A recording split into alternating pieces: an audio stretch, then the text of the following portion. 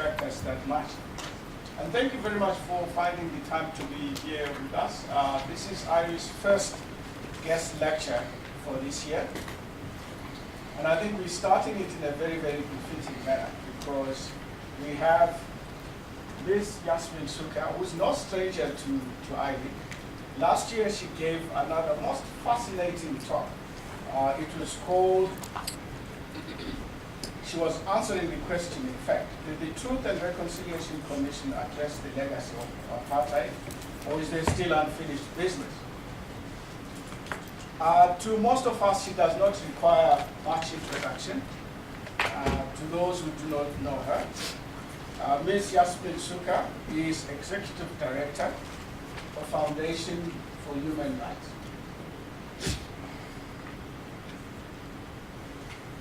I think we couldn't really have gotten a better person to address the question that we did send out to you. The question is, how did the TRC evaluate the truth in their hearings? Now, she tells me that she has a much broader presentation to make, and this is just one of the questions that she will be addressing in her particular talk. So, most of us know that, in fact, she is very, very well respected and well known as an expert on transitional justice. We know that she has been with the Foundation for Human Rights since 2001. And interestingly, we may also know, some of us, that she practiced as a human rights lawyer during the apartheid era. And you may want to know that she has served on two Truth and Reconciliation Commissions, that of South Africa in 1995 and that of Sierra Leone in 2002. So she brings with her a wealth of experience, and what I particularly like about her is her ability to engage most intensely. So this is my own way of inviting you to answer, or rather to ask whatever question that you have, and she will answer. I definitely know, as best as she could, just like she did last time. So I think, without much ado, I would like to hand over to her to address us. Ms. Sooka.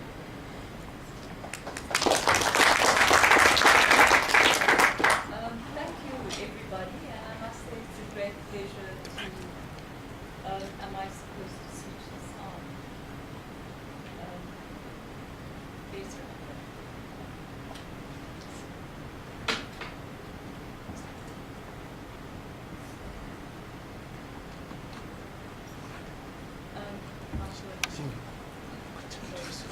It must be blue.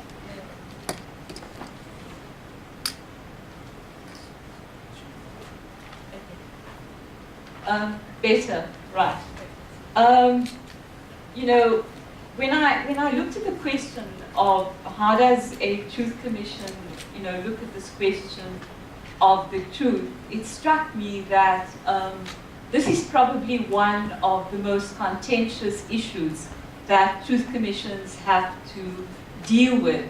And, you know, much more recently, there have been two other truth commissions that have really been disappointing, not because of the work they did, but because of how they actually addressed this question of the truth. And that has really left a legacy which, in a way, has stained the kind of work they did. In Liberia, for instance, they set up a truth commission just after the conflict ended. And at the end of the period of their work, they handed in a report to the government of Liberia. And in the report, they made a number of findings. And they made findings also about the president of the country. And they recommended that she and a number of other people who had a high political profile should not be allowed to hold political office for a period of 30 years. Now, of course, if you're the sitting president of a country, you want to make sure that if your name is out there in a report which is published widely, that there is actually evidence in the report to support the kind of finding. And of course, quite frankly, where the Commission erred in Liberia is they had a number of names, but they had nothing in terms of evidence to support the findings they were making, and nothing really to support the naming of names. And what then happened is the President of Liberia went to the courts. She had the report struck down, and she also then immediately made sure that nobody actually carried out the recommendations of the Truth Commission. And so today, despite the good work of the Commission, and despite the fact that there have been many good recommendations, nothing has happened in terms of follow-up to the Liberian Truth Commission.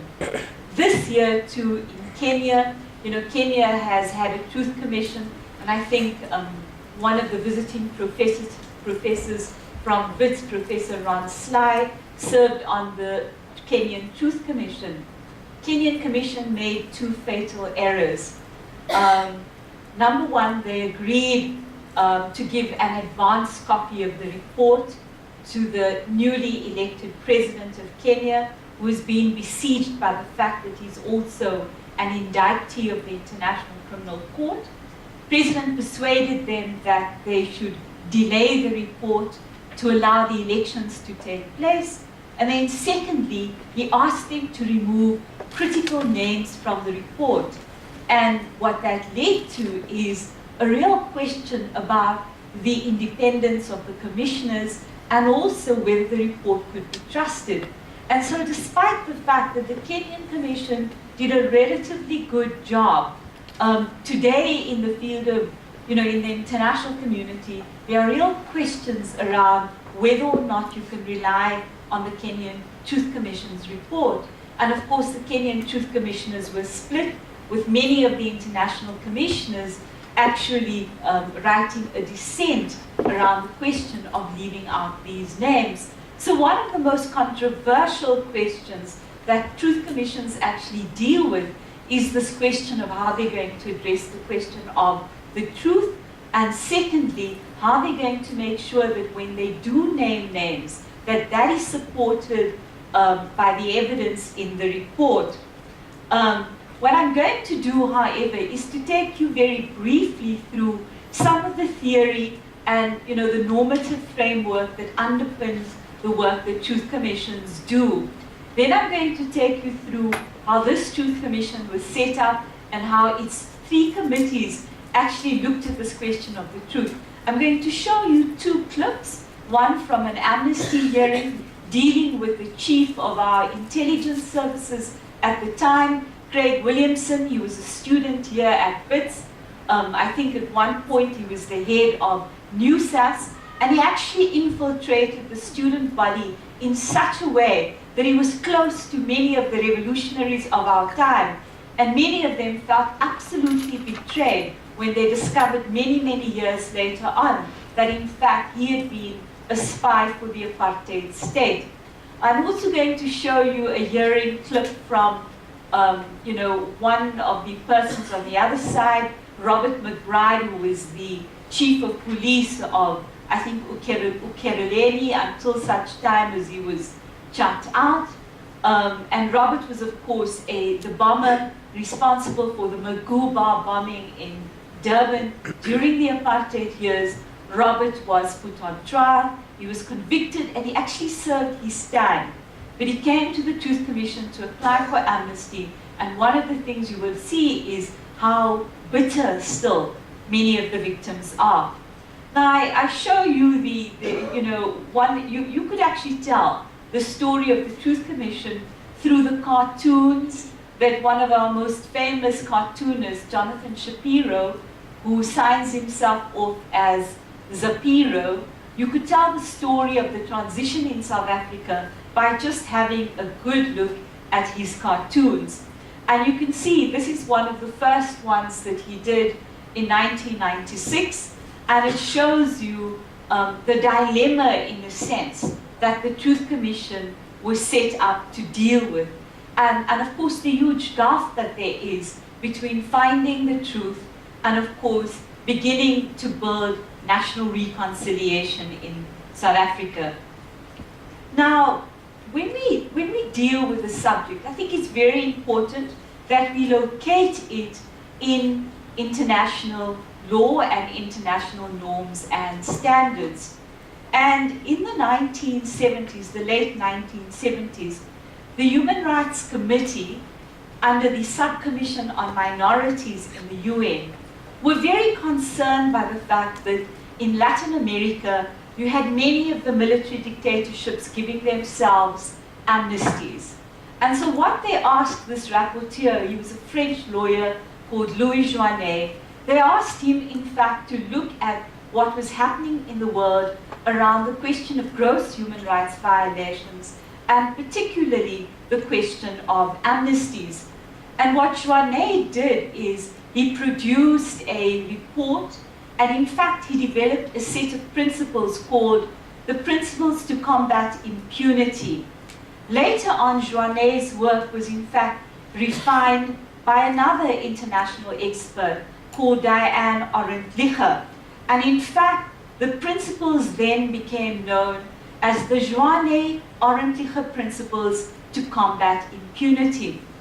Later on, in the General Assembly in 2005, the General Assembly passed a resolution in which they accepted these principles.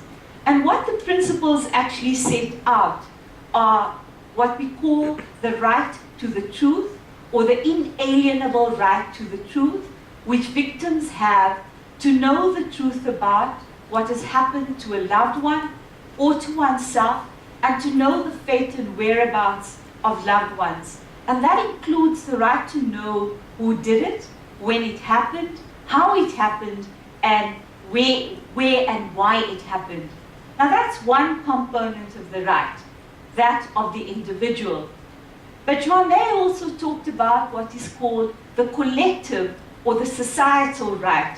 And that is really about what we call the right of our societies to know what happened in the past.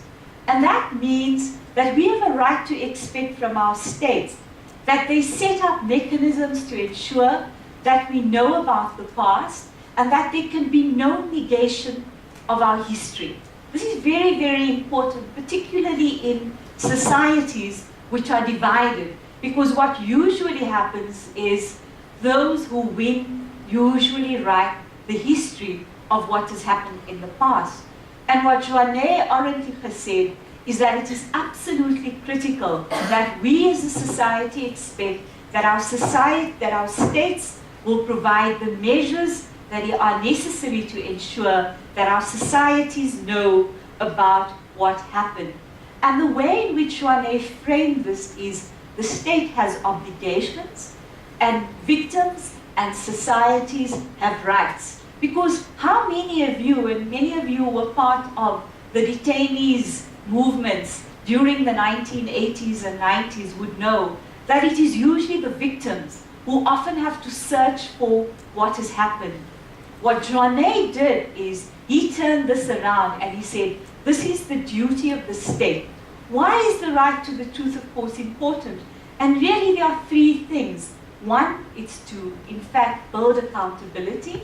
Secondly, it is to confront impunity after long periods of civil unrest or mass violence. And what this requires is an official acknowledgement by the state of what has happened. And if we do these two things, it is about how we begin the process of restoring the rule of law.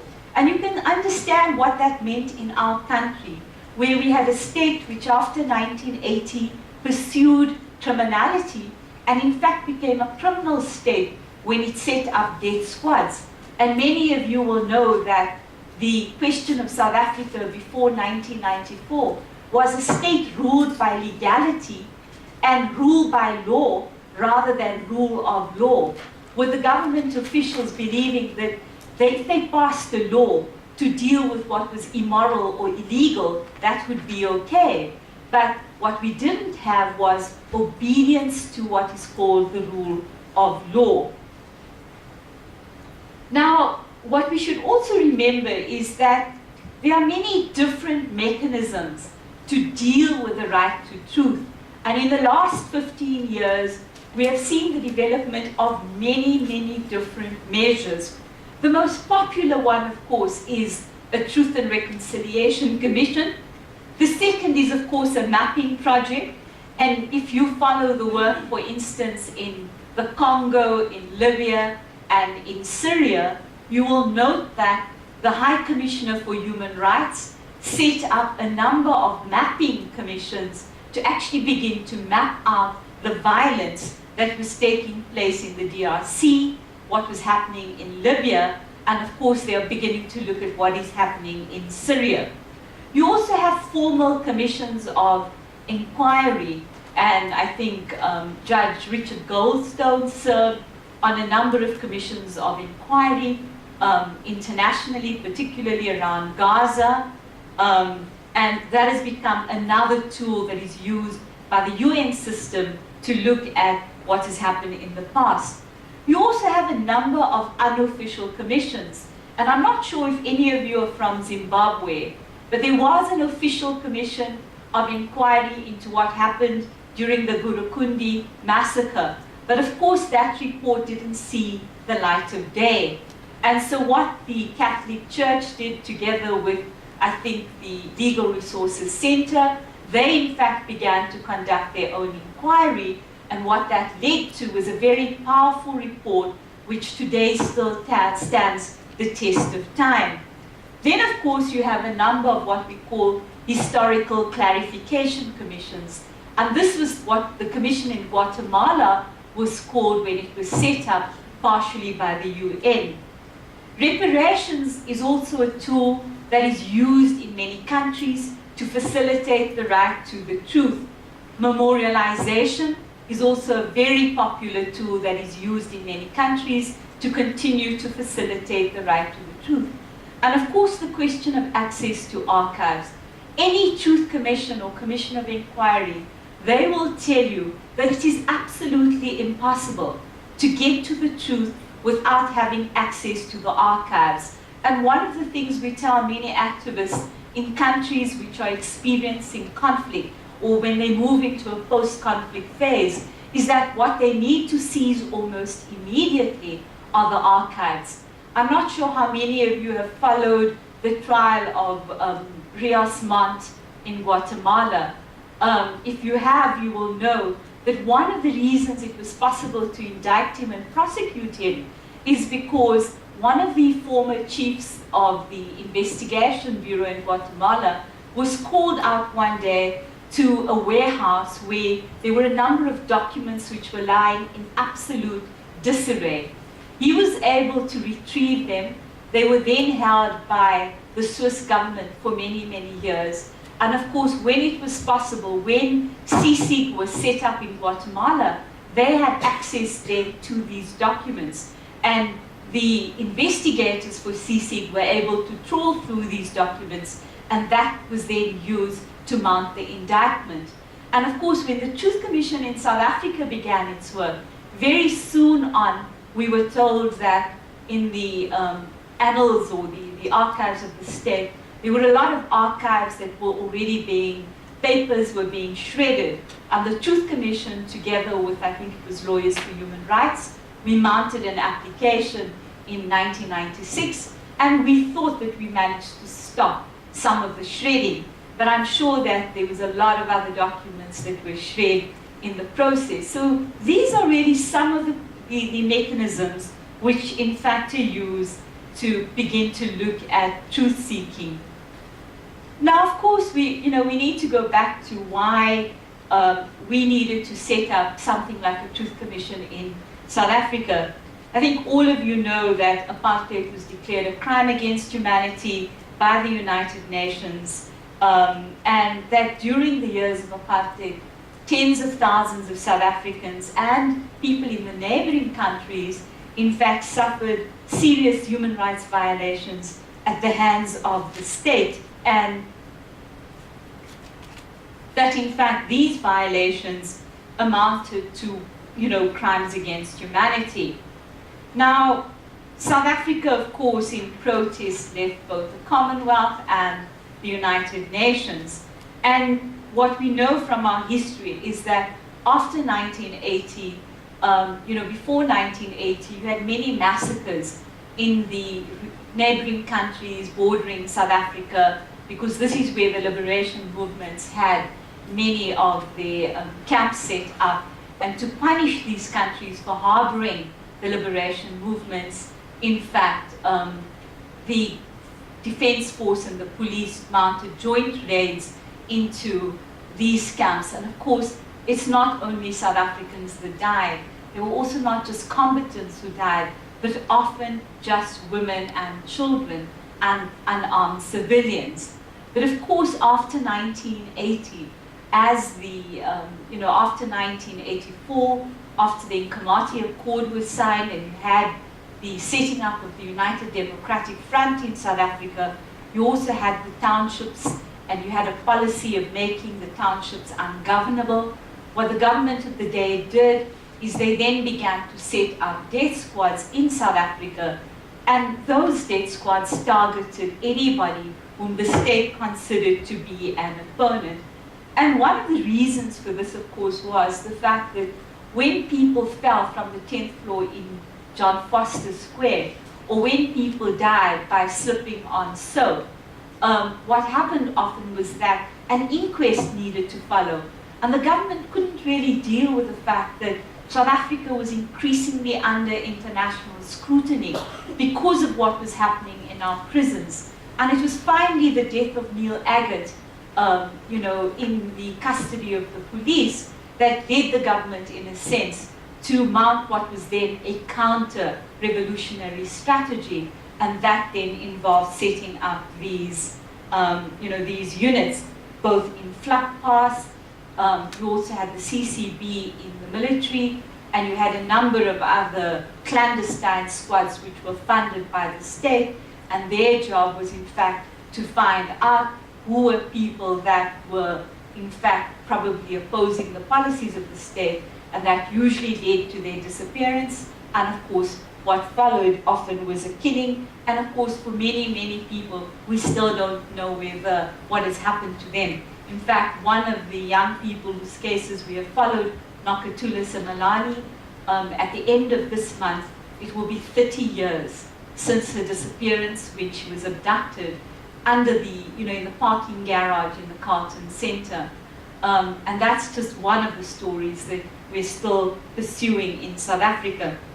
Now, of course, what you had in South Africa was the negotiations, and at the Kempton Park negotiations, you had an agreement on the 34 constitutional principles, which actually formed what was the social contract, really, for a new constitution to come into being.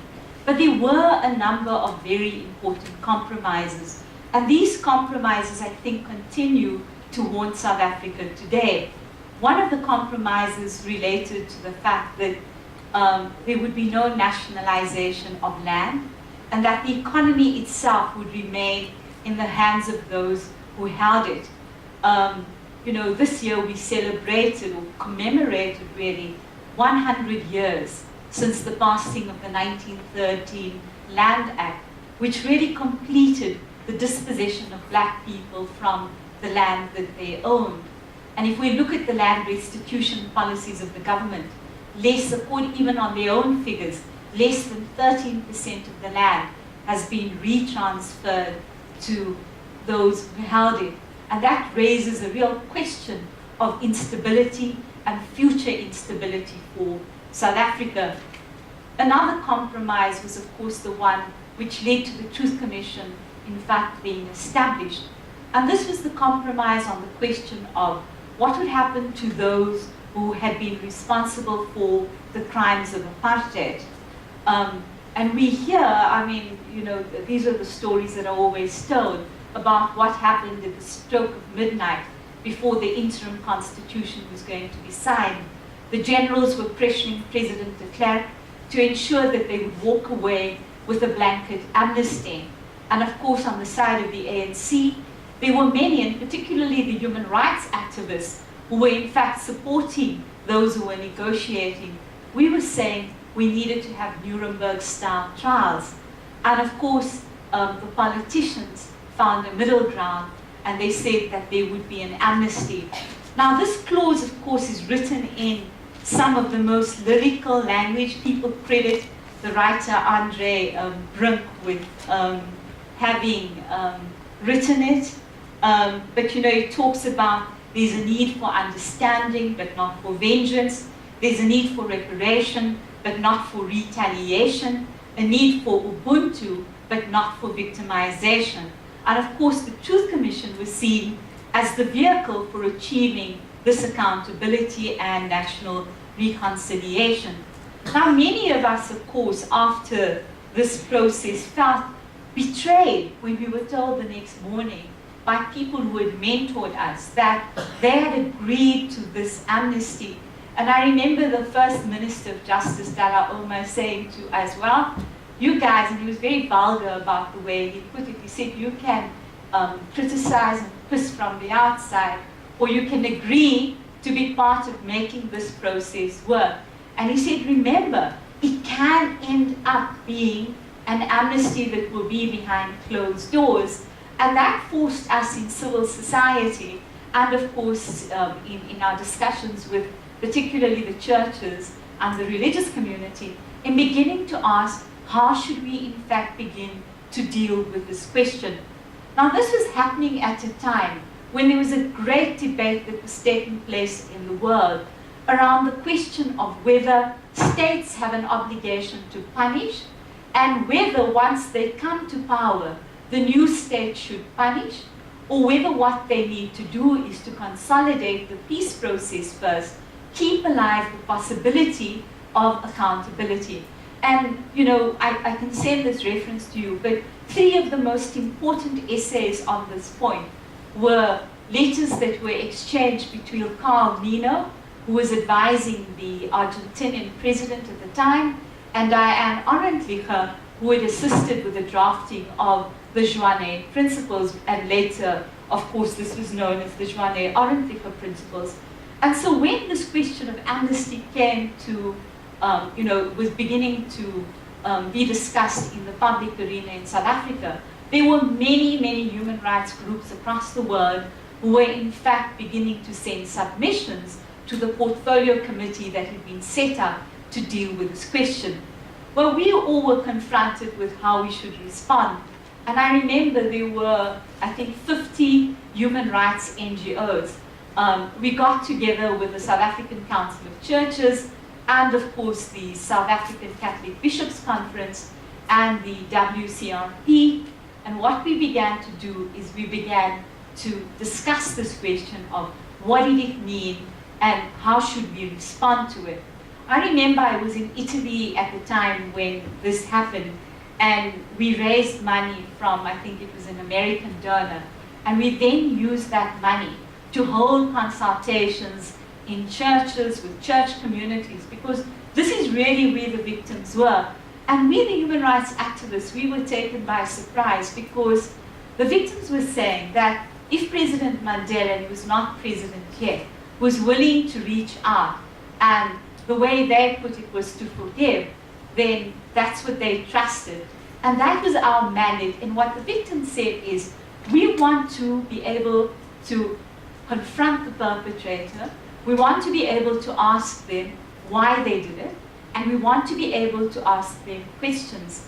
And so a few of us, and it was Advocate George Bezos, and I think Mohammed Nafsa, and 2 people from the CSVR, we became part of the working committee that was set up to look at the draft legislation. It took 1 year in our country for the draft legislation to be passed through Parliament. And that was because of the consultations which were held with the public around what this law should be about. Now, during this process, of course, the former National Party, the former state, managed to insert secrecy clauses into the law. And effectively what that would have meant is that all the work of the Truth Commission would have taken place behind closed doors. And what we managed to do is to rally the victims, and a number of us appeared before the portfolio committee of both houses sitting together to deal with the legislation. And as a result of victims and human rights activists and the churches saying, this is not what we want, we believe that the work of the Truth Commission should take place under public scrutiny. What this then led was to these secrecy clauses being removed from the law. And so finally, you had the Promotion of National Unity and Reconciliation Act being set up, which then gave rise to the work of the Truth Commission. Now, this is of course the full wording of the post-amble, which gave rise to the Truth Commission. Of course, the work of the Commission didn't happen, didn't remain unchallenged. And very early in the process, Azapo and some of the most prominent victims' families, the Ribeiro family, the Biko family, they actually challenged the constitutionality of the amnesty provisions. And of course, the provision that people would not have the right to bring civil claims. And in an extraordinary political judgment, I would call it, the Constitutional Court actually found that the amnesty was valid. I think the court actually went too far. What the court did is they said that it was okay for the amnesty not just to go beyond the question of prosecutions, but also to remove the right that victims had to bring a civil claim either against the state or the liberation movements or against the individuals who had committed the crime. And that in fact, this was justified on the basis that there would be reparations. Now I would urge you to read the judgment. It's the judgment of Judge Mohammed, who is now deceased. And of course, it's really an extraordinary judgment, but what it talks to really is the politics of what new states have to confront when they're beginning to build a new state, and yet they have to deal with this question of how they settle accounts with those who have perpetrated violations. I remember being angry for many, many years, but I must say that in more recent times, having worked in Libya and Tunisia and Egypt, what one has to appreciate in a sense is that there was an extraordinary process of building rule of law and restoring legitimacy before we got to this question of how we would deal with perpetrators. If you look at the period between 93 and 1994, when we go to elections, it is about, firstly, the negotiations, and in the negotiations, leveling the playing fields. It's about agreeing on a social contract which is going to hold the country together. If you look at what's happening in Egypt around the Morsi issue and what happened yesterday, you understand the need to have a government of national unity, an inclusive government which holds the state together for at least that period until you draft the constitution. If you look at why there was a second period of uprisings in Egypt, it is really around the fact that the commitment to being inclusive, to ensuring that the constitutional commitments are upheld, and the fact that Morsi and the Brotherhood didn't do that, it's what led to people going back to Tahrir Square.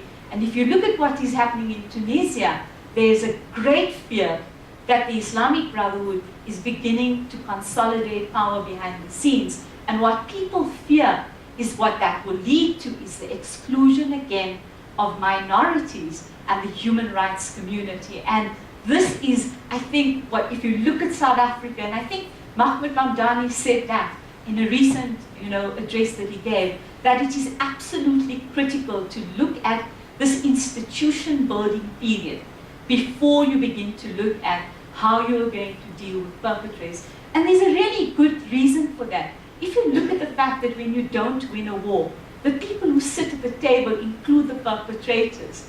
There is always this question of, will you destabilize the new state? And what they're always trying to do is to make sure that they can continue to hold on to power. And so one of the questions when we talk about the Truth Commission, we should never see it in isolation from what happened during the negotiations and what happened in terms of setting up new institutions. So when you look at the Truth Commission, you need to see it against the fact that we make this break with the past. The new constitution is not dealt with by an unelected body. We set up the Constitutional Assembly once the elections take place. So what do we begin to reflect on? Legitimacy and the need for all the new processes to be legitimate. We set up a constitutional court. Why? Because we are not going to lustrate the judges, and we need to make sure that when we take issues to the highest court in the land, we can trust the new judges who were appointed, because we didn't trust the fact that you had mainly apartheid order judges in the judiciary. We set up a Human Rights Commission to look at future human rights violations. We set up a Land Commission to deal with land. We set up an independent electoral commission, and then we set up the RDP program to deal with the economic transformation of South Africa. And of course, we set up the the economic program as well. And then we set up the Truth Commission as one looking back, but also building for the future. So what do we expect from Truth Commissions? I think firstly, we expect that it should be a victim-centered process. And there are real questions about whether the process in South Africa turned out to be victim-centered. We also talk about the fact that a Truth Commission is not a court of law. It is really a body that embraces the notion of restorative justice, and that it is not about retribution. It is meant to look at these questions of national unity and reconciliation, but we need to understand that this is not a gift or a parcel, but that what Truth Commissions do is they do their work well. They will facilitate a process of catharsis and honesty, which allows us to look at our past and to confront that squarely. But we don't do it to build a better past. We do it so that we can understand what is necessary to ensure that we will not repeat these mistakes again. But we haven't learned our lessons well in South Africa. 20 years down the line, Marikana is almost reminiscent of what happened at Sharpeville. And I went back to the recommendations of the Truth Commission. If you look at what they said around crowd control, around policing methods, if the police had followed those recommendations, I'm not sure you would have those questions of torture and police brutality, which are rearing their head again. And very importantly, the process is as important as the outcome. Zapiro again, and I think you see he's very eloquent in the way in which he can tell what we're supposed to do and the difficulties we confront simply through a cartoon. One of the most important things about the South African Commission, or the process that led to the setting up of the Commission, is of course the question of the national public consultations. And this has become an indicator which the UN uses to consider whether or not a process is legitimate. There was a national consultative process. The second is the commitment to openness and transparency. And of course, the third is the manner in which the Truth Commissioners were appointed. We, the 50 NGOs, we told the Minister of Justice that we were recommending that the President set up an independent committee made up of civil society and the politicians from each political party, that there should be an open process which would make room for vetting and screening, and that the commissioner should go through a public interview. All of the commissioners were vetted and screened. People could write to the committee, which was chaired by the President's legal advisor, Fink Haysom, at the time, and that you could say, I don't want this person because we believe they were responsible or they were compromised in some way. And of course, at the end of that, people had to go through a public interview, and a list was then given to the President of 25 names, and he chose 15 names from that group, and he added 2 of his own to complete what he called the representativity issue. In terms of the Amnesty Committee, one of the things that the National Party wanted in the law was that the Amnesty Committee should be made up of judges of the High Court. Now, one of the first difficulties they had in appointing the judges was to find one who would not send someone to the gallows. And that was really difficult during the apartheid period. And I think it was only Judge Andrew Wilson who managed to go through that process. And then, of course, he appointed 2 judges that had been newly appointed, Judge Bernardine Wepe, was a newly appointed judge, and Judge Hassan Ma. The mandate of the Truth Commission was, of course, fairly extensive. And of course, the violations issue was quite circumscribed. We had to look at killings, abductions, torture, severe ill treatment, and of course, one of the criticisms of this is that it was really modeled on the Latin American experiences. And so what it focused on mainly was civil and political violations, and not what we know today really lead to what we call the underlying causes of the conflict, and that is the socio-economic violations, economic crimes, and of course the cultural violations which are taking place in many countries. And of course later on, this really came to haunt the Truth Commission. And very importantly, the Commission was not asked in the law to look at the crime of apartheid. And this is, I think, something that we need to think through very carefully when we look at the work of the Commission.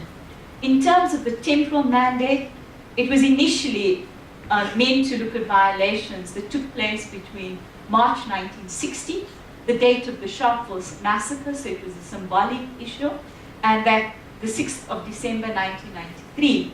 But later on, of course, this was extended to cover the period of the right-wing violence, which had taken place right up until the period of the elections. And this was to accommodate and be inclusive of accommodating the right wing in the process. This is, of course, the first Truth Commission to deal with the granting of amnesty. And on this, I think I need to say that there will probably never be a commission that will be given the power to grant amnesty for crimes which amount to war crimes, crimes against humanity, and genocide. The reason this passed muster was because it happened before the signing into law of the Rome Statute.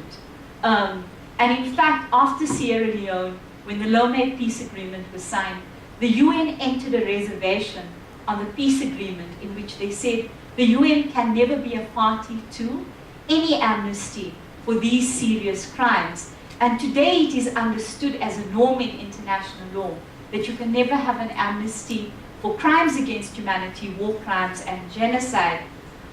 Nevertheless, if one does a study of amnesties, there have been more de facto amnesties taking place around the world than those that are legislated into law. And so this remains, I think, the fight against impunity remains a battle. The Commission, of course, was tasked to deal with the truth, and of course that meant that it had to carry out documentation, had to do investigations, hold hearings, compile a report of its findings, make recommendations on how future violations could be prevented, provide interim reparations, and then develop a reparations and rehabilitation policy, as well as recommendations on the never, never again. How did it work? It had 3 committees: the Human Rights Violations Committee, the Amnesty Committee, and the Reparations and Rehabilitations Committee. Now, the question that I was asked to look at was, how do you actually get to this question of the truth? And of course, this was an issue that preoccupied the Human Rights Violations Committee. How would we get to the truth? And clearly what that meant is that we would have a number of tasks. Firstly, one of the things that was written into the mandate was that we should provide victims with an opportunity to have a safe place in which they could come forward and share with the Commission what had happened to them. Now that was a very important process for both the healing and closure issue. But it did not necessarily lead to your being able to say, this is the version of what happened. Because what you have in South Africa are many contested versions of what the truth was. And what that meant then was that, yes, the Commission would be documenting people's testimonies, and that would be important for the historical issue, for the cathartic process. But the Commission really had to engage on this question of how was it going to uncover the truth. And that meant that it had quite early on to do a kind of outline or mapping of how the conflict had played itself out in South Africa. It had set up an investigation commission within the Commission. which was chaired by a commissioner, and in each of the provinces it had a mini investigation unit. The problem, of course, is that we also had policemen who had been serving under the former state, who were seconded to us, and they were also working with many of the human rights activists. And often you had a conflict between them, and you also were quite clear that there were many who were really sweepers meant to ensure that you don't get to the truth. And so we had to do our own documentation, we had to do investigations very early on. We set up a comprehensive database, and in fact the person who set it up went on later on to provide much of the war crimes inquiries with that kind of database framework, which then allowed us to do our work. And of course, what we had to do was use what we call the carrot and stick approach. We have the power to subpoena people. Now, of course, the first time you invite them to come. When they choose not to appear before you, then you subpoena them, and you use that period to extract information from them. We also, of course, had to use the amnesty process. And in a very famous case of a young man, Stanza Bopape, who had disappeared during the 1980s, he was a member of the youth organization, and he had been picked up by the police, who denied for a 2-week period that they had held him. Later on, they confirmed they had Stanza. But they then alleged that Stanza had escaped from custody. Now, how someone who's been tortured, who has leg irons and, what do you call this thing, handcuffs on his hand, can escape, I don't know. But the police alleged that he had escaped. And many years later, they actually put on, at the time that they alleged his escape had happened, they put on his khakis and they ran through the mud, and then they took footprints and they put that in the police docket and said, this is proof of the fact that he escaped. And often when there was a bombing, there was the Ellis Park bombing, then they would set out the rumors Stanza had been sighted. We, of course, were approached quite early on in our work by a constable called Johnny Mokuleng, and he said you could take us to where Stanza, in fact, had been buried. We called upon our colleagues from Argentina, the forensic team, and they helped us to dig, and we didn't find anything. But what we then did is we called for the docket, and we issued subpoenas to 5 policemen. On the morning that these policemen were going to appear, 10 people, including the Minister of Law and Order, 2 generals, applied for amnesty. And they applied for amnesty for the abduction and the accidental death of Stanza Bopape. What they alleged, in fact, is, yes, they had picked Stanza up, yes, they had tortured him, but in the torture room, they alleged that he had a weak heart. And so when they attached the electric wires, from the telephone thing which they cranked up, because of his heart condition, he died. And they blamed the heart condition and not the torture for the fact that he had died. Now, this emerged in the human rights violation Section 29 hearing. And what that helped us to do was to piece that together with what the mother had said and with our own investigation.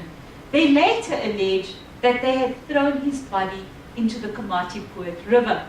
And what one of my investigators did, he took a dummy that would have been the deadweight size of Stanza, and we drove up to the Komatipoort River.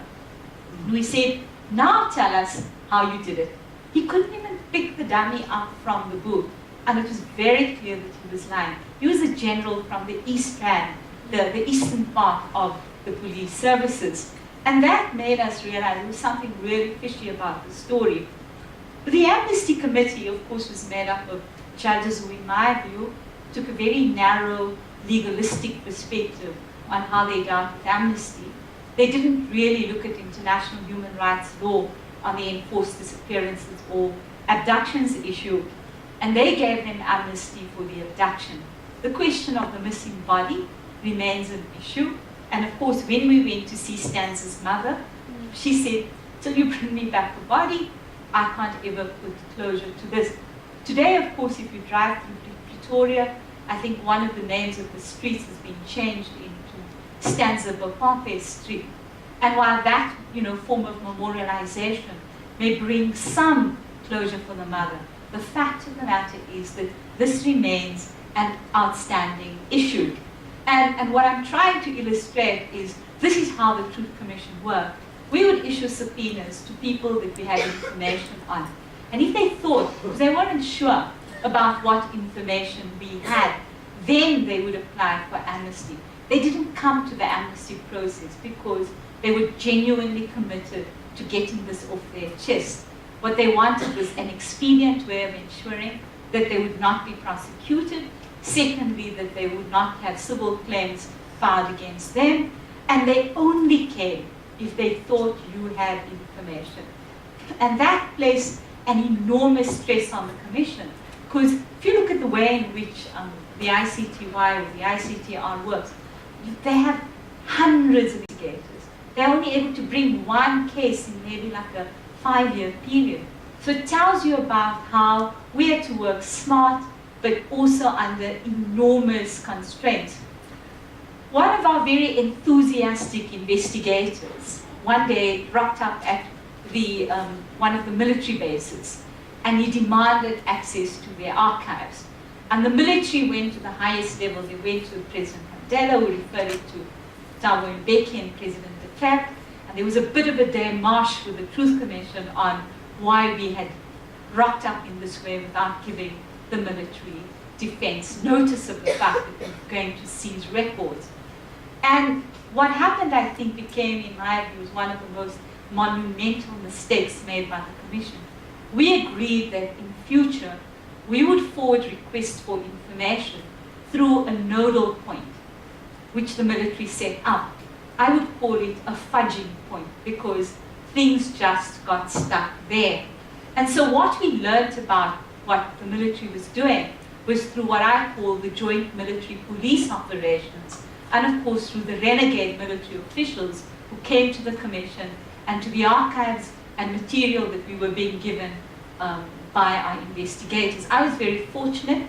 You know, one of the things that happened with the Commission is we had investigators who were seconded to us from many European countries, and one of my best investigators was a Swedish colonel who really went down on getting to the bottom of things.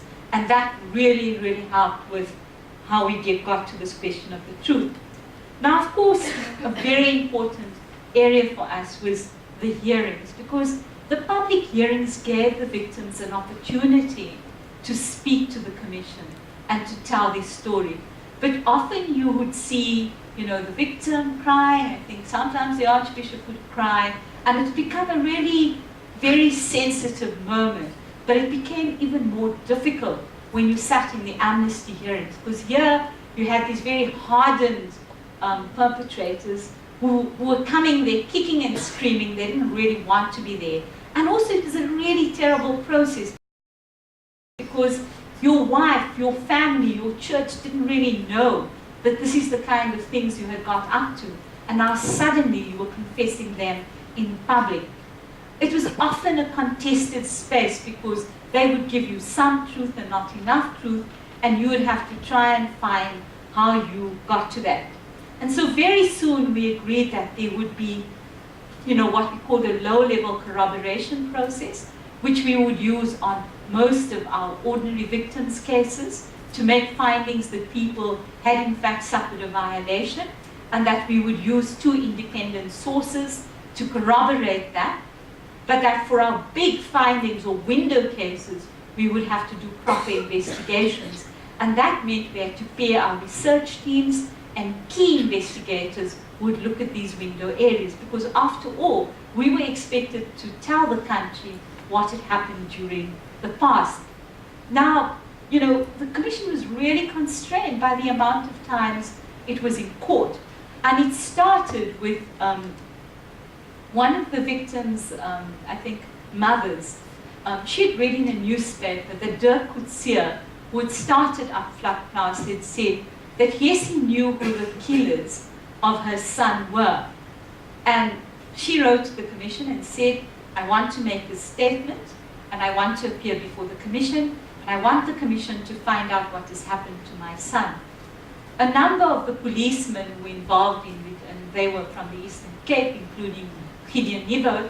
They then went to court to stop her testifying. And in the first court, the court upheld their case and said, well, they need to be given a right of reply. That case then went to a full bench in the High Court in Cape Town, and that court said, no, this is nonsense. You've never had any court in the country say that a perpetrator needs to be given a prior right of notice, because commissions just don't work that way. Of course, we were at that point talking to all of the judges about them appearing before the commission in a legal hearing. And the Chief Justice, when this case went to the appeal court in Bloemfontein, didn't like the idea that he should be under scrutiny, or his judges. What we got was a different judgment, which read 3 separate sections in the law conjunctively. And what that did is it imposed a major burden for the commission. It said that if a victim was going to appear before the commission and intended to mention a perpetrator, then we would have to notify the perpetrator that you are going to be mentioned. We would then have to give them the right to make either a written submission or an oral submission. And if necessary, they had the right of cross-examination in a victim's hearing. And, you know, that created an enormous tension. But nevertheless, at the end of it, you know, the mother in this case finally appeared at a hearing of the Truth Commission, and she made her points, and these guys then had to apply for amnesty. But it gives you a sense of how legally you know, we were constantly in court because this was such a contested area. And that meant that if we named somebody or said anything, we had to be absolutely clear that it could stand the test of time, because every single political party was going to take us to court. And at the end of our work, when we were compiling the list of findings, I think Richard Lister and myself, at one point we were dealing with senior counsels for, I think, a 3-month period about, if you don't take that out of your report, because we also, before we could make the finding in the report and publish it, we had to send them a prior notice and say, this is the finding we intend to make against you. If you want to respond, then you have an opportunity to do so within 14 days. That, of course, didn't stop the politicians. And President de Klerk took us to court in the final week of the commissions. You know, it was going to give over its first report to the government. He took us to court to stop the publication. We were advised by our lawyers at the time, you need to live for another fight because you can't be sure what the courts are going to say. So symbolically, we blacked that out and we said we would deal with de Klerk later. However, on the eve of going to hand over the report, the African National Congress took us to court, and in an urgent application. And of course, actually both applications did the Commission a favor, because I think there was so much publicity around this issue, because I remember we had met with the journalists at 5 o'clock in the morning. They were supposed to be getting a copy of the report, and they were going to be sequestered until the event happened. And we made the speech and we said, why do all these parties want to hide what is in the report? And that led to a huge conversation in South Africa around what have people got to hide. The ANC lost the application. Of course, we handed over the report, but it certainly soured relationships for a period, and that was not so healthy. Another famous cartoon from Zafiro, which tells a story. Now, I've talked to that. This is a very interesting cartoon, because there was a cut-off date for the receipt of applications for amnesty. And it took a long time to get this process working. And suddenly, when the applicants realized that they might lose the opportunity, just before Christmas, we had this rush of applications. The amnesty criteria, of course, was that you had to make a voluntary application. You had to do so and demonstrate that your act or the crime that you had committed had been done in pursuance of a political motive, either of the former state or any of its agencies, or of the liberation movements, and you had to make a full disclosure. You had to demonstrate that this was not done out of malice or greed. Professor Carl Norgaard from the European Court of Human Rights had developed some criteria for SWAPO when they returned home, and this was also used as guidelines by the Amnesty Committee. And of course, the big question of proportionality became an issue. Am I running out of time? 5 minutes, okay. Now, I think I should show you very quickly the clip that will give you some sense. But when the victims first began to speak in South Africa, most white people in our country said they're exaggerating, these things didn't happen. And of course, when the amnesty perpetrators came forward, there was this huge sense of disbelief. How could we didn't know? And I think the question is, how can you not know that these things were happening? A question around the truth, how do you get to the truth? And of course, Professor Albie Sachs, he developed these 4 different levels of truth: forensic truth, the personal or narrative truth, the question of dialogical or social truth, and of course the healing truth, which allows people to come forward and speak about what has happened. One of the things that has not stopped in South Africa is, of course, the struggle against impunity, because one of the prerequisites of the amnesty process was that if you did not apply, then of course prosecutions would follow. It is more than, was it 2005 when we handed in the final set of reports. To date, there have been 1 prosecution of a very low-level UDF person. Nobody else has been prosecuted. And of course, the president has tried to use the pardons process to continue to give perpetrators another opportunity. Victims, of course, while an initial amount was paid out on reparations, they never received the full amount. And on the issue of community reparations, they are still trying to sort this issue out. And so I think there's a big question that we have to ask: did the TRC achieve its goals? Mahmoud Mamdani, of course, has made the point that the Commission had a very narrow lens. It individualized the victims of apartheid, and it didn't really look at the structural questions. And this is what haunts the Commission. If you look at what South Africa is grappling with today, this is the legacy of the structural policies of apartheid. The fact that we remain the most unequal society in the world, that the rich get richer and the poor get poorer. And if you look at the key areas of education, health, a social security system, this is directly linked to what the apartheid government did. And if the Truth Commission had dealt with those issues, would you have a better environment in which we could focus on the socio-economic rights questions, which I think the NDP is really grappling with. The National Development Agency did a diagnosis on South Africa, and they've talked about these issues.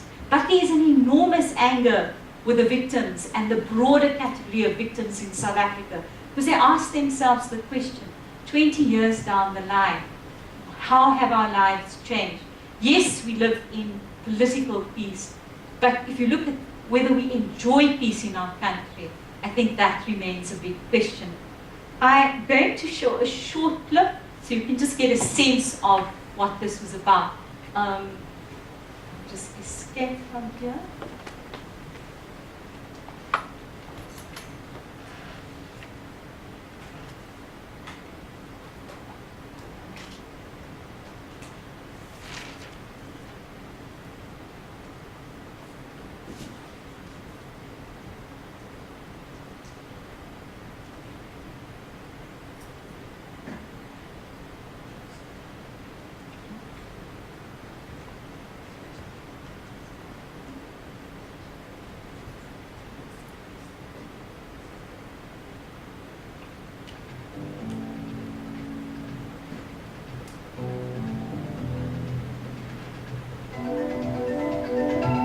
Welcome to the first special report on the Truth Commission.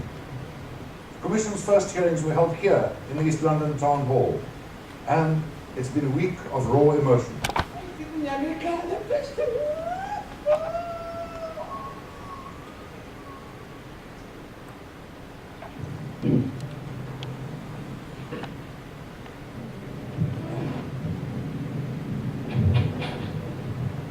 We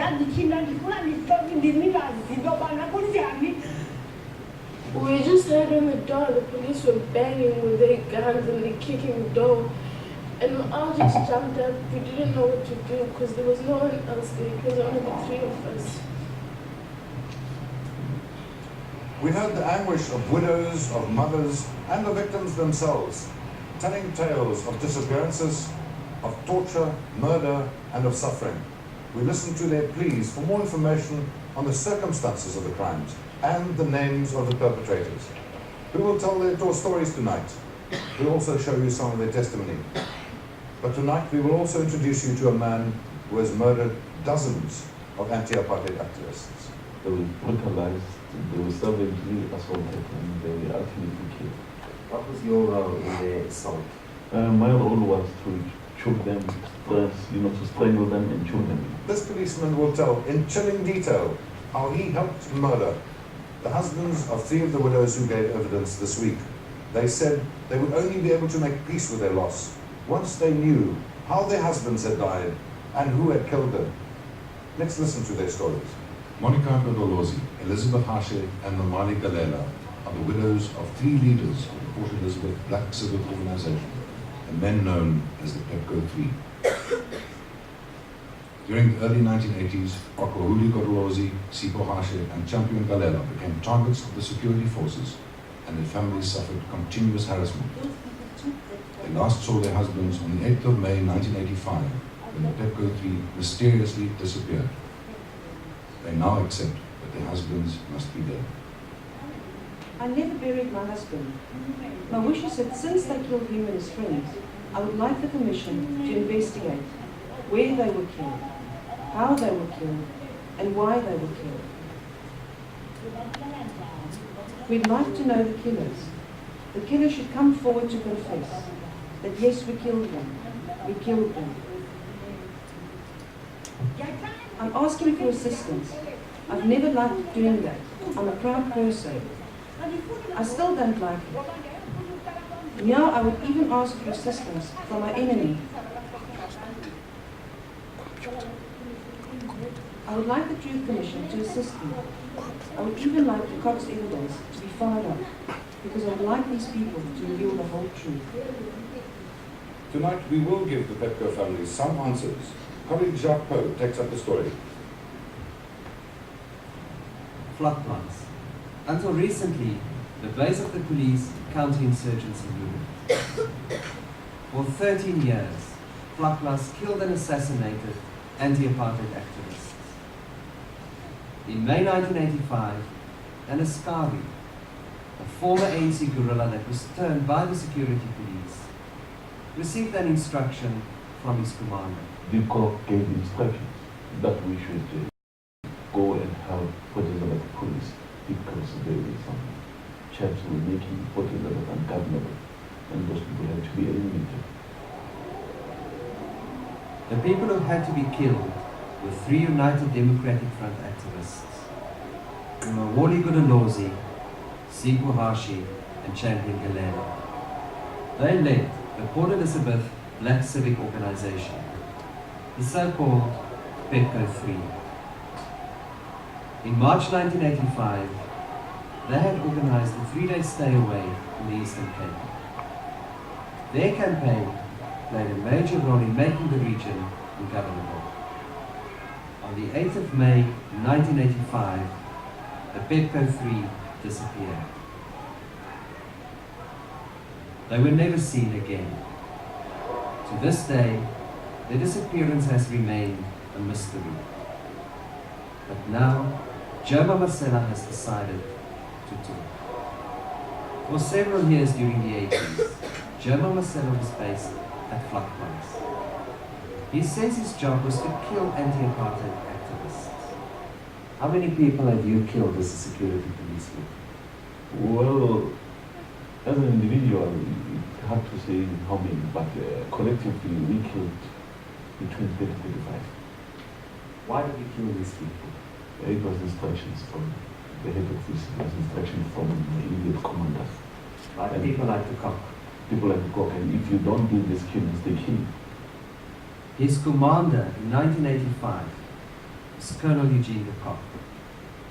He is now on trial in the Transvaal Supreme Court on more than 100 charges, ranging from murder to fraud. The story of the disappearance of the Petco 3 starts on that day in May, when they received a mysterious phone call from a so-called British diplomat who had to be fetched at the HF Verhoek Airport in Port Elizabeth.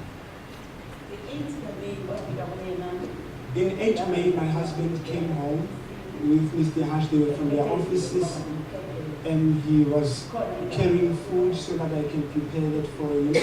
And he told me that they have to rush for the airport for the British consulate. The baggage handler at the airport saw the men arrested by the police and taken away. I was looking through the window. It was a big window. You could see well through it. There were the police. They were in 2 groups. Then I saw the police. They were wearing the camouflage uniform. They put Godolozi in the police van and his friends in another van. They also drove away in Godolozi's van. Nothing was ever heard of the 3 men again. Police said Norman Fezzi had lied and that the Petco 3 had probably left the country. What happened there was we went to Port Elizabeth security police. We were briefed by the security police of Port Elizabeth.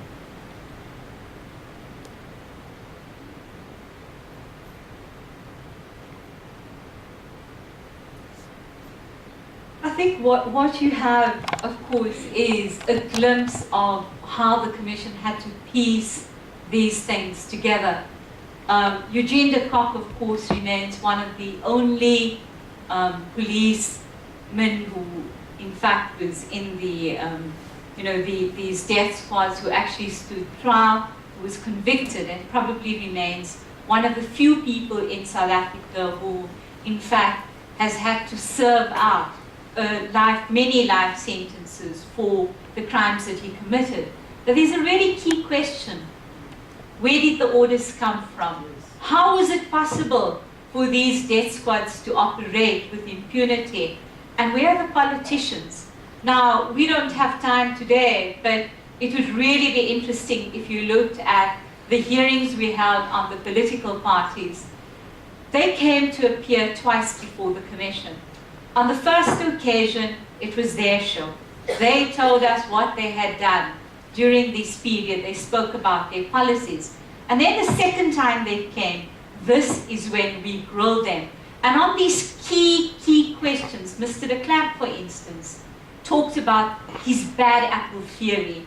And while he apologized, it was an incredibly qualified apology, because he refused to take responsibility for the actions of the people who had perpetrated this. And the question we have to ask is, you got off on the crime of apartheid, and you also got off on the violations perpetrated in the name of the apartheid government. And we know that in terms of command responsibility, those at the top should take responsibility.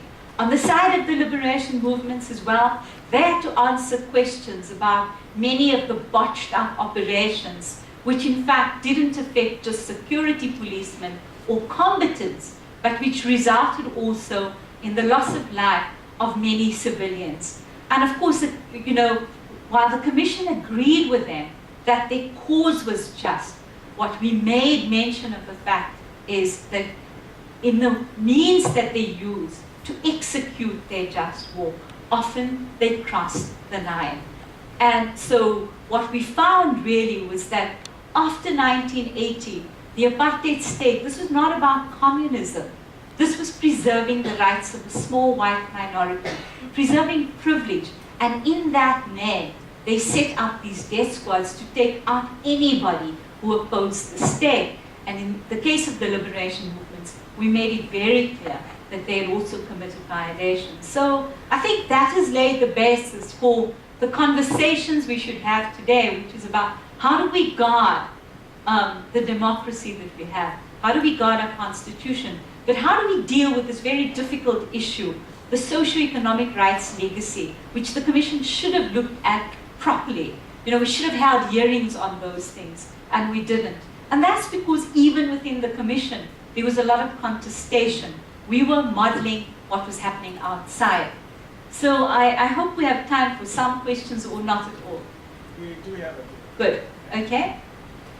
So I'd like to have shown you more clips because they really illustrate the kind of contradictions we live with in South Africa. But let's open the floor to questions. So ladies and gentlemen, there we are. The view from behind the curtain. So please press, I'm told you have to press the on button. I don't want to tell you what my crime was, but first of all, I would like to ask this honourable speaker, how many people gave presentations as victims of the apartheid system, and where are they now? I'm not talking about a small elite who are in parliament and government and so on, or running business. I am not interested in that crowd. I'm interested in the crowd that really brought about the revolution in our country. Secondly, I don't hear anything. We're living in Africa, and I'm hearing all the language spoken and the ideology coming somewhere from the West, and being reminded that the West has determined what truth is. I mean, I teach moral philosophy, so I've been grappling with what the truth is, and I kind of guess the truth that is defined by Hegel and Marx and Heidegger and Husserl and so on, and something else to our African history. In other words, there is nothing African about the Truth Commission which entrenches the fundamental right, cultural right of the African people as a people. So I have many questions, but I'll just leave it there. Where are these people who gave evidence, 21,000 of them? What has happened to them? And the whole construction of the Truth Commission was structured somewhere in the West. We Americans sometimes responsible. We will have truth commissions in African countries, but we will not have truth commissions in European countries. We will certainly, if the Arab countries and so on violate this, we now bomb the hell out of them with drones.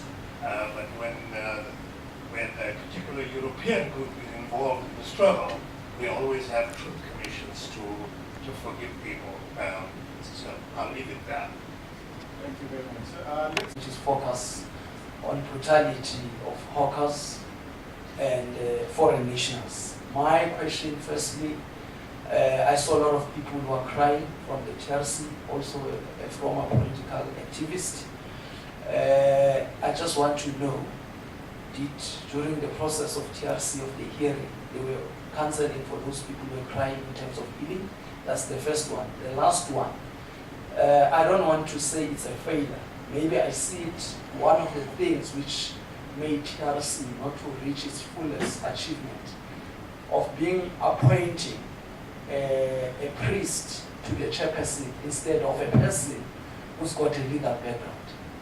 Can you comment on that? Thank you very much. Mr. Neo? Morning, everyone. To the Honourable Speaker, my question relates to, you mentioned that there were issues that weren't dealt with within the Commission. Would you then necessarily, in inverted commas, blame our current day issues on those issues that weren't addressed? We're looking at cases such as Mido Masia, the guy who was dragged by the police van, and he died under police custody, but they're blaming his death on injuries that he already incurred before they arrested him. And is there anything wrong with our system at the moment? Would you say that there is something that's gone wrong after the TRC? Thank you. Welcome, Honourable Speaker. I just need to find if it's possible for us to get more of the clips. Where can we download them if possible? And any more fundamental details? Okay. Thank you. prominent victims group, Kulamani, who constantly try to raise the issue of victims. I think my last 3 clips really speak to the struggle of the Kulamani victims. And I think there's a question that we should throw back to the audience. This is your government, this is your constitution. And one of the sad things about the struggle of the victims in South Africa is that when the commission was taken to court by the ruling party at the time, and they won the case against the ruling party, it had an enormous impact on the right of victims to access reparations. One of the punitive measures taken by the Mbeki government at the time was that instead of paying out the victims class at that point, they insisted that they should wait until the whole amnesty process was wound up. And what that meant for the victims was that they had to wait until 2005. Now the Commission had, when they constructed the reparations policy, done so with the help of a number of experts coming from different fields, working out what the optimum amounts would be to support people who had lost breadwinners or lost limbs or lost family members. And we agreed that the compensation package should consist of an amount of 25,000 Rand paid 5 times over a 5-year period. And that together with that, it should be accompanied by moral reparations, and in addition to that, other measures such as access to bursaries for the children of victims, fast-tracking in terms of health and housing and social security. And what the government then did, without much of a debate, they just made a once-off payment of 30,000 Rand to the victims. Now they did so at a time when ANC and liberation movement combatants received special pension awards which amounted to hundreds of thousands. And if one does a comparison between the two, what it really gives rise to is a deep sense of inequality. But let me also say that when we took this case up, there were very few civil society organizations who were willing to support Kulamani's plight. And the first case we took to court was around 2007 to demand that, in fact, the president institute a proper prosecutions policy. We took a number of other cases to court in the intervening years, and the victims are gearing up for a case around the use of the money that is left in the president's fund and the question of community reparations. Now, this is a very weak issue in the work of all transitional justice bodies around the world, from Latin America to Europe to Asia to South Africa. The governments, when these structures serve their political purposes, move on. And if civil society does not support these issues, then it is the victims who continue to struggle alone on this issue. In terms of the language of the West, it's absolutely true. But I think there's a big difference. One of the reasons why I think South Africa also set up the Truth Commission is that during the period of the negotiations, there were 3 inquiries that the ANC had to mount into its own conduct. And what they realized from those inquiries, and I think they too, you could read it either way, on the one hand, the important need to deal with these issues, but on the other is that they themselves could become exposed to legal actions afterwards. And certainly that gave rise to the amnesty issue. The language, of course, was based on the Latin American models, but I do think that in the years since then, you have had much more of an African dialectic on this issue, because Europe never spoke, and this is where South Africa is quite unique. The battle around the notion that rights are indivisible is something that the rest of the world is catching up on. In South Africa, this is the most hard-won right in the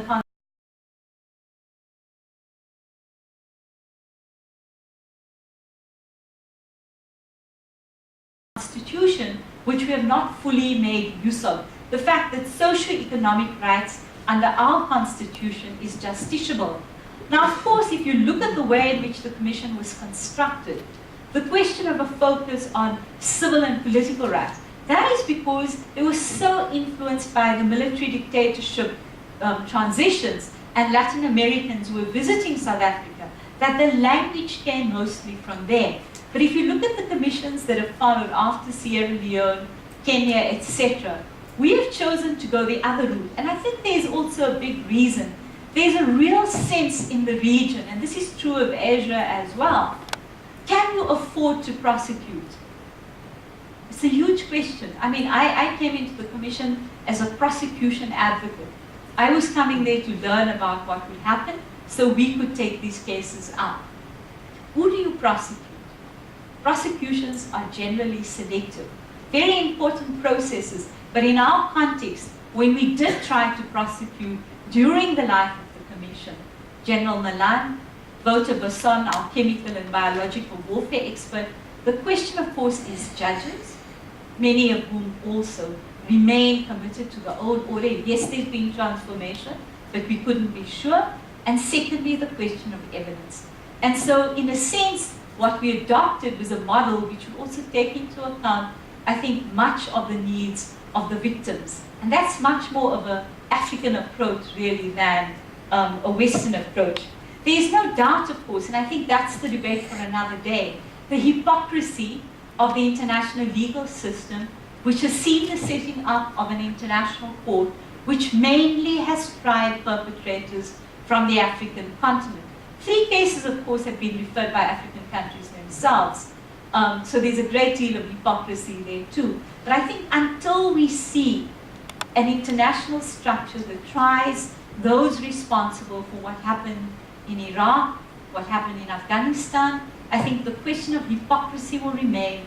And in a sense, the use by the Americans, who are not signatories to the Rome Statute of the International Criminal Court, will always raise these questions. But I think what you are beginning to see is an adaptation of these mechanisms to in fact address issues which are pertinent for our region.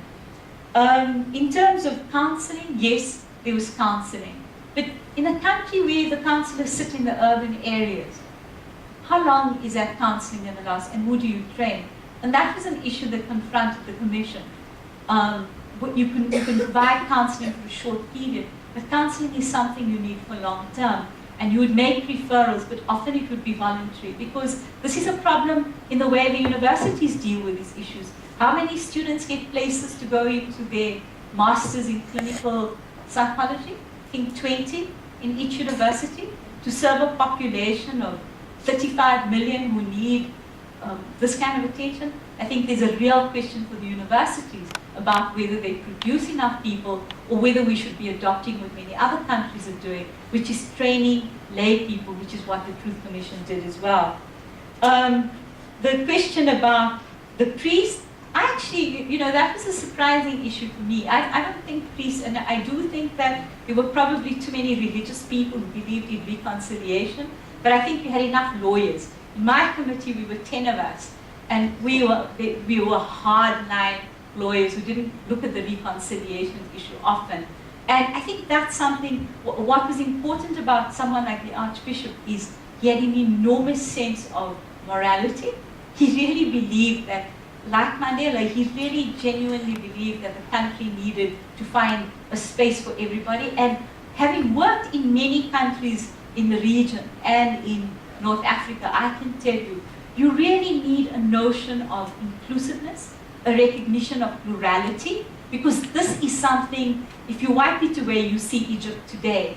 And you see, I was in Libya 3 times last year, and I can tell you this question of plurality, the inclusion of people, the recognition of the gender questions, you don't have it there. You know why? You don't have people who genuinely believe that this is what you need to strive for. And I think if you take that and you accompany that with the process of building a state, which is what the negotiations and the interim constitutional process was about, new institutions, new legality, new rule of law. These are very important moments. So commission can come afterwards, because this was the last bit on the end. Our current issues, yeah. I mean, you know, when you know, it's not that we didn't look at the root causes of the conflict, we did. But you see, we have, you know, part of what a commission does is, it doesn't only do it for itself or for the people who come to it. It is about the nation and the country. Now, there were many people like Neville, the late Neville Alexander, he said, hold hearings on education. Show the country what the apartheid government said about education. Show them what housing and water and sanitation was about. Show them how people live. And this was a fight inside. Many who said, no, this is not our mandate. And so instead what we raised for them, when we sat with them twice, and the captains of industry said, this is government's responsibility. Now can we say that to them? Now they say the profits are too high, it's costing us too much money. But what about the years of exploitation, of slave labor conditions? Those were the things they should have paid for. And at that point, when we sat down with the captains of industry, the president let them off the hook. Many of them came with their checkbooks to that meeting, but they were told, because the president believed that they would come voluntary to the party. And of course, today we know they are sitting on 30 billion, which they are not investing in our country. And this is what the government is saying: invest so we can create jobs. And we live in a very stark divide. If we do not address the questions of youth unemployment, the fact that we have a youth bulge, the distinction between those who have and those who don't. This is different from Europe. In Europe, you don't see the divide so starkly, but in our country, you do. And it's like looking into the shop window. You can look, but you can never buy. And that is a recipe for chaos. And so unless we deal with these issues, I think South Africa is going to face some really big problems in the future. The other is, of course, the police question. You know, there were a range of things that were put into place, civilian administration of the police, but somewhere in the middle of the 1990s, you had a shoot-to-kill policy. You had the police go back to taking over military terms. They were now called general instead of something else. And then, of course, there's this whole Khafar issue, and that has created a recipe for disaster. And of course, when you don't root out the torturers, which we should have done, what continues to happen is this is just there underground. And so the case of the Mozambican man who just got dragged by the police, I think that's just a symptom of what has happened. And the case of Andrew Tatani, Marikana was something that was just waiting to happen. And these are the real legacy issues which we need to deal with. But the other thing that we need to look at is positively. You know, we could have been like Egypt. And in 1984, when I went to one of the first conferences on apartheid, the Palestinian activists were there. And the Palestinians were so clear they would have liberation first. Look at how many years the Palestinians are waiting. And that's a really big question around leadership. Do you have the people who can lead the country bravely into processes which are uncomfortable? I would have liked to have seen many of the leadership of the apartheid government put up on trial. But at the same time, we had to ask the question, who would you negotiate with? And so these are real issues of real politics that we also need to take account of.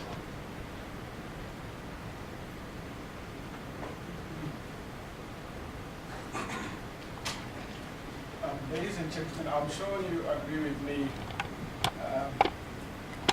Ms. Sooka has given us more than just food for thought. Unless there's a burning question, I think we will end here. Just one. Is there? No. Yes. Sorry?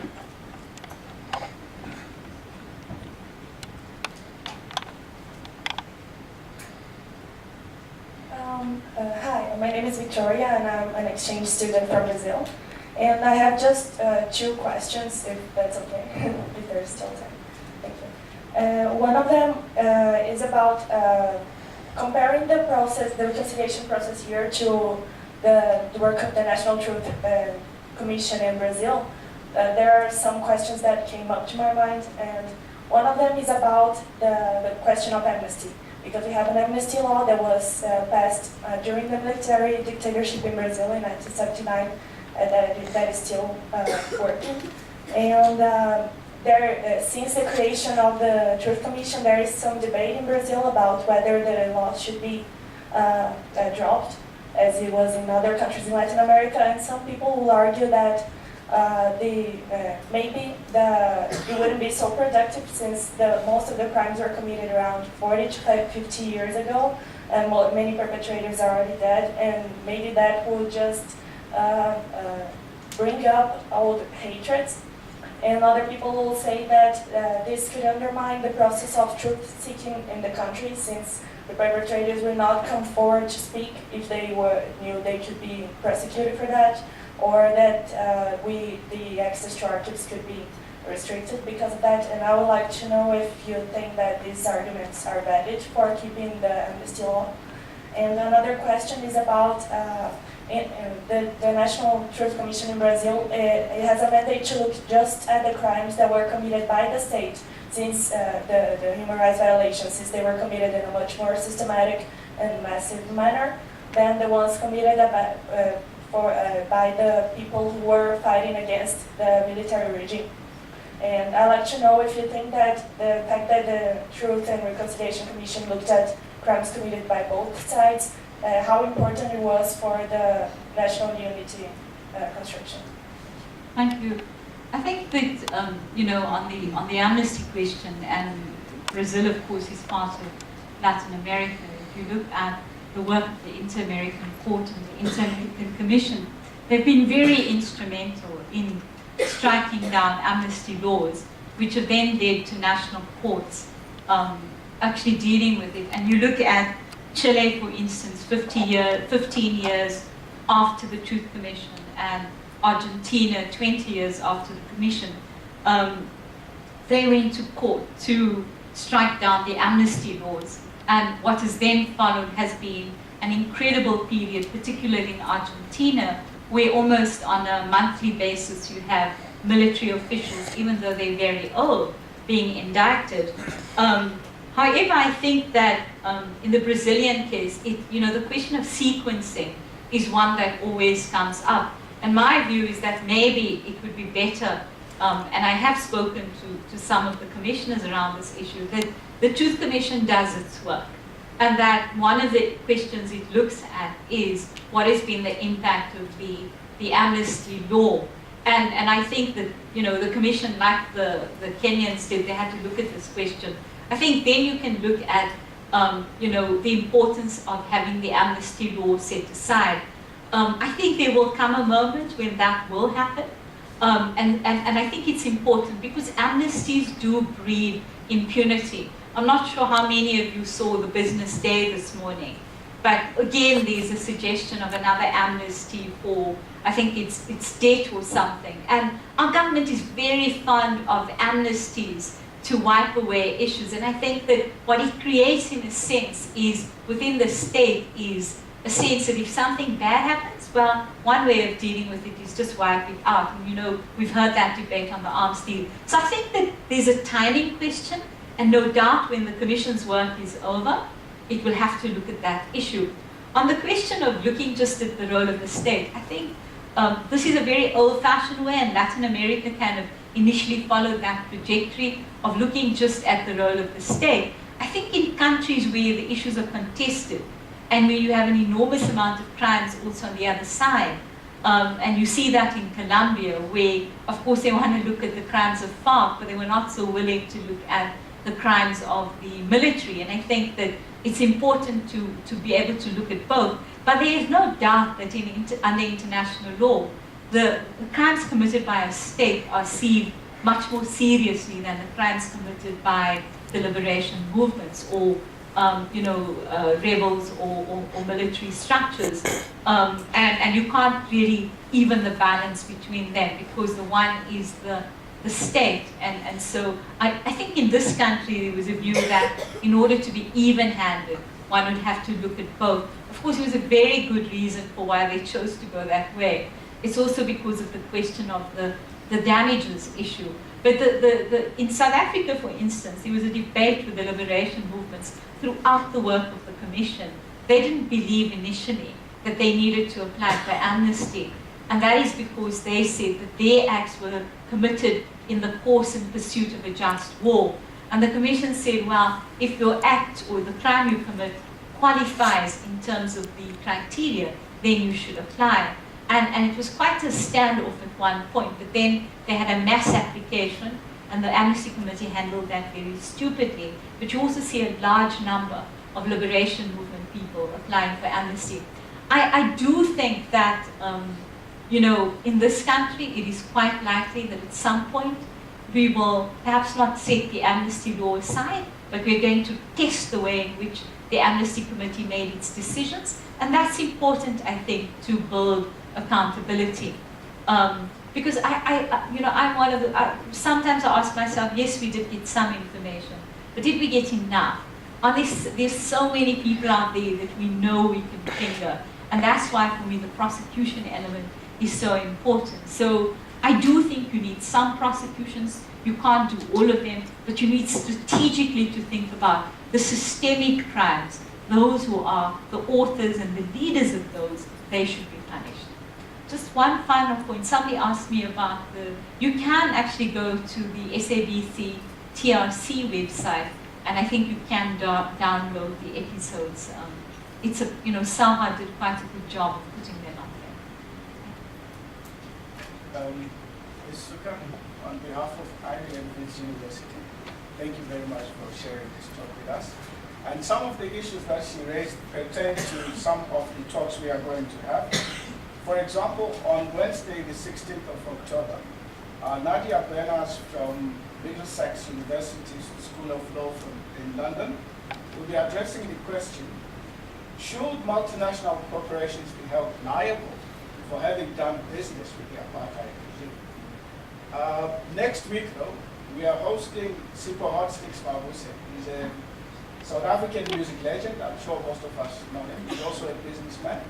And you'll be answering the question, can music be a vehicle to advance the culture of human rights? Ladies and gentlemen, thank you very much for your attendance. Hope to see you next week.